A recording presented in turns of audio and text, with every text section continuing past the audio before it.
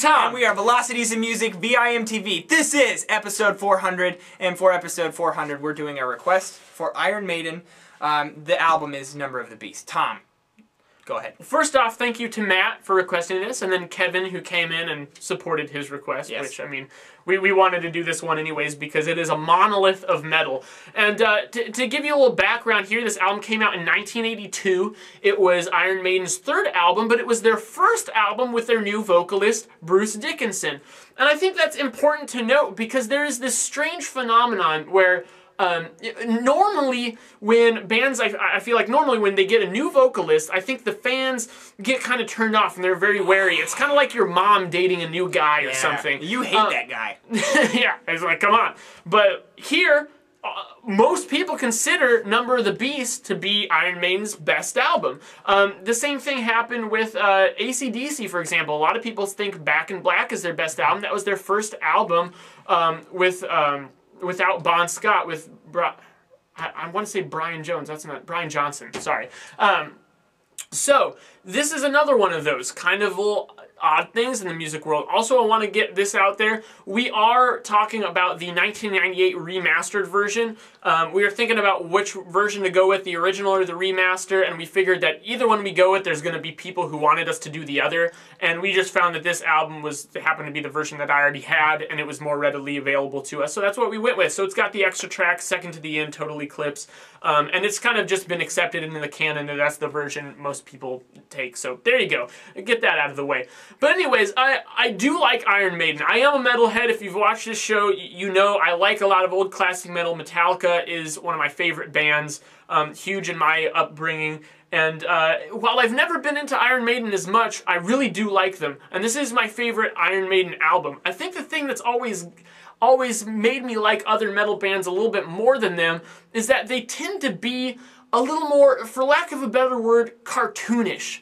And to tell you the truth, you actually get that same feeling if you just look at their album artwork. Compare the album artwork of Number of the Beast to like Slayer's Rain and Blood or Metallica's Master of Puppets. It's just, it's a little more, you know, these kind of like bright, bold colors. It looks like kind of like a cartoon. I mean, the lyrical themes are still pretty dark.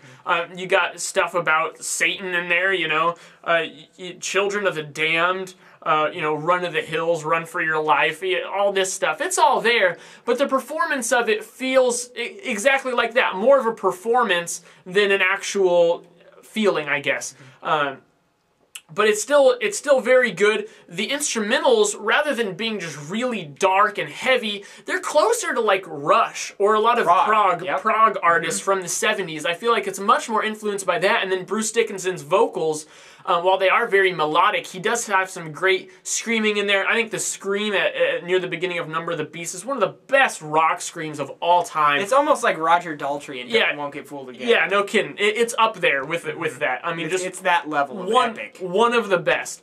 But anyways, that's always been kind of a block for me to Iron Maiden, is I feel like they're not quite as dark, and usually when I want metal, I want like really dark. So that kind of separates them for me from bands like Motorhead, Anthrax, Slayer, Metallica, Megadeth, that were all around in generally the same time. I mean, this came out a little earlier than a lot of that. This came out a year before Metallica's first album even, and I know that Steve Harris, the bass player of Iron Maiden, who is one of the greatest bass players of all time. He hugely influenced Cliff Burton of Metallica, another one of my favorite bass players of all time. And also he was a key part in the songwriting in Iron Maiden, which I love, that collaborative aspect and the fact that the bass player has a huge part in the songwriting. So anyways, that's just kind of my take on it, though. I listened to this album so much since I had the opportunity to review it here today, and I milked it for all it was worth, and I really do love this album. It's my favorite Iron Maiden album. Some other people were wondering what we thought of like Peace of Mind and Power Slave, and I like those. Also Seventh Son of a Seventh Son, good albums, but this one tops it for me. So my voyage as a metalhead has really just begun.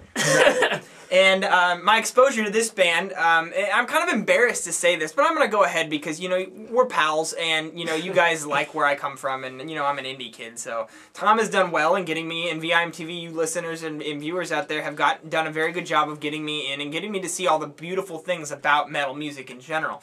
My first exposure to this is trying to beat Number of the Beast on Guitar Hero 80s on Expert, and it just took forever, and I finally did it, and you know, I think I even, you know, got more stars than just 3 at some point in time. But that being said, I did like that song. Playing it on Guitar Hero, sadly, was a way that I got into other music. And so when I got to listen to this full album, it was actually quite refreshing to me. I really enjoyed this album. And actually, just to ruin it for you, I'm going to give this album a very high score, just from the fact that it is more than just a metal album. And what it did for metal music, I think, is actually greater than what the album is itself, but that doesn't change the fact that it's just a damn good album to begin with. One of the things I like the most about this is that it's the prog aspect that Tom was talking about. You know, this thing has so much energy, and the vocals are so intense and add so much to it. It's not like, you know, it's not all about rhythm and grind. It's not about that. There's a whole nother layer there for you to dissect, and that's something that I really get into. So it's cool to see both sides of the coin. One thing I did want to say about this is, and maybe this goes into that cartoonish thing that you were talking about, but at times I feel like the lyrics go a little too far into the whole storytelling thing.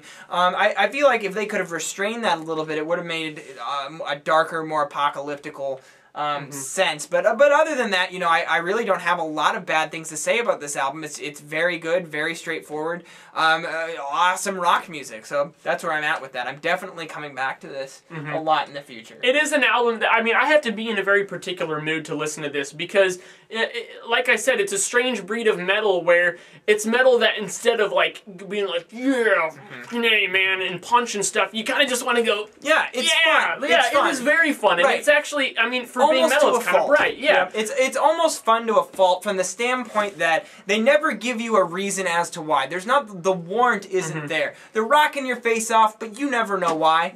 And that's okay. And the stories kind of help you find a way to like it, but the whole point is that it's lighthearted and fun and metal. Yeah, and for that reason, if you're not a big metal fan, this might actually be a very good starting point. I would very much recommend this. If you've listened to bands like Metallica and Slayer and you're like, okay, this is just way too heavy and dark and stupid, I totally understand that. And this might be a place to begin.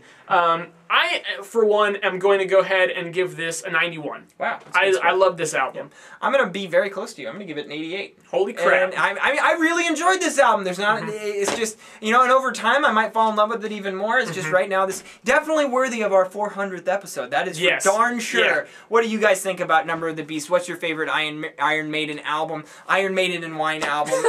Please leave us a comment at www.velocitiesandmusic.com or youtube.com/velocitiesandmusic. Also Facebook, Twitter, that's where we get a lot of our requests from, so play our games that we try to introduce, like the glove game. I'm Jake. I'm Tom. And we are VIMTV, Movie Music Critique Forward.